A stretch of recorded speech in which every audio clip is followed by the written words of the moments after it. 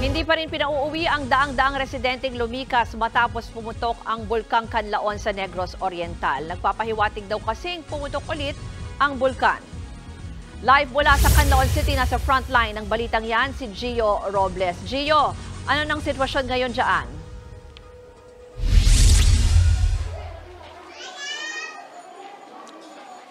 Ruth, actually lumipat na tayo sa La Castellana City dito sa Negros Occidental, pero doon nga sa balita, Ruth, natin, nga binabantayan pa rin natin ngayon ay 2 araw mula nga ng sumabog itong bulkang Canlaon, patuloy pa rin yung pagbuga nito ng asupre. Ayon sa Canlaon Volcano Observatory na matatagpuan naman sa La Carlota City, pumalo sa higit 4,000 tonelada ng asupre ang ibinuga ng Canlaon kahapon. Yan ang pinakamataas na level na naitala sa taon na ito. Malayo rin ito sa normal average na 300 tons kada araw. Sa panayam natin sa resident volcanologist na si Marie Andeline Quincha, senyales ito na hindi pa humuhupa ang aktibidad ng bulkan.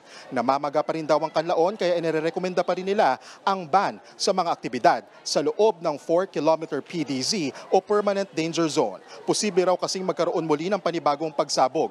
Nilinaw naman ni Quincha na walang epekto ang mainit na panahon o El Nino sa pagputok ng bulkan.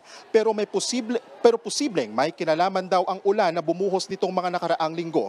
Baka raw kasi nagkaroon ng reaction ang malamig na tubig ulan sa mainit na tubig at hot material sa Crater Lake o lawa sa bunganga ng Canlaon. Pero giit niya, ilang buwan nang nagpaparamdam ng abnormal activities ang Canlaon bago pa ang phreatic eruption nito o pagbuga ng usok o steam noong Lunes. Sa ngayon, wala pang pag-angat ng magma na namonitor sa bulkan kaya malabo pa ang isang magmatic eruption.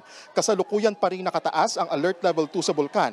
Bukod sa Canlaon City sa Negros Oriental, isinailalim na rin sa state of calamity ang La Castellana City dito sa Negros Occidental. Sa ngayon, Ruth, sa sinabi mo nga kanina ay wala pang abiso kung pauuwiin yung mga residente dahil patuloy nga yung pag-monitor sa bulkan dahil mataas pa rin ang aktibidad nito. Pero patuloy naman ang pamamahagi ng ayuda sa mga apektadong Negrense. Ruth. Gio, binanggit mo na nga sa report mo na posibleng may kinalaman yung weather dyan sa pagputok ng bulkan. Kamusta naman ngayon ang panahon dyan sa kinatatayuan mo?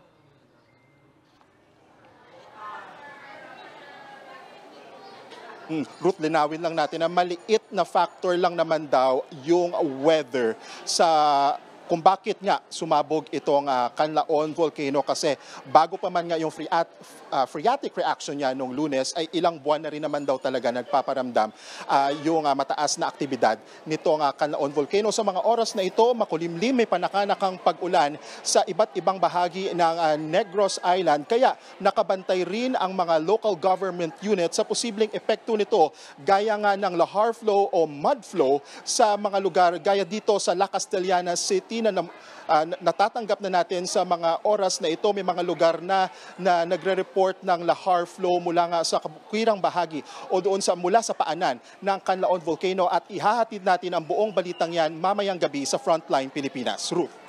Maraming salamat, Gio Robles. Mga kapatid, ako po si Ruth Cabal.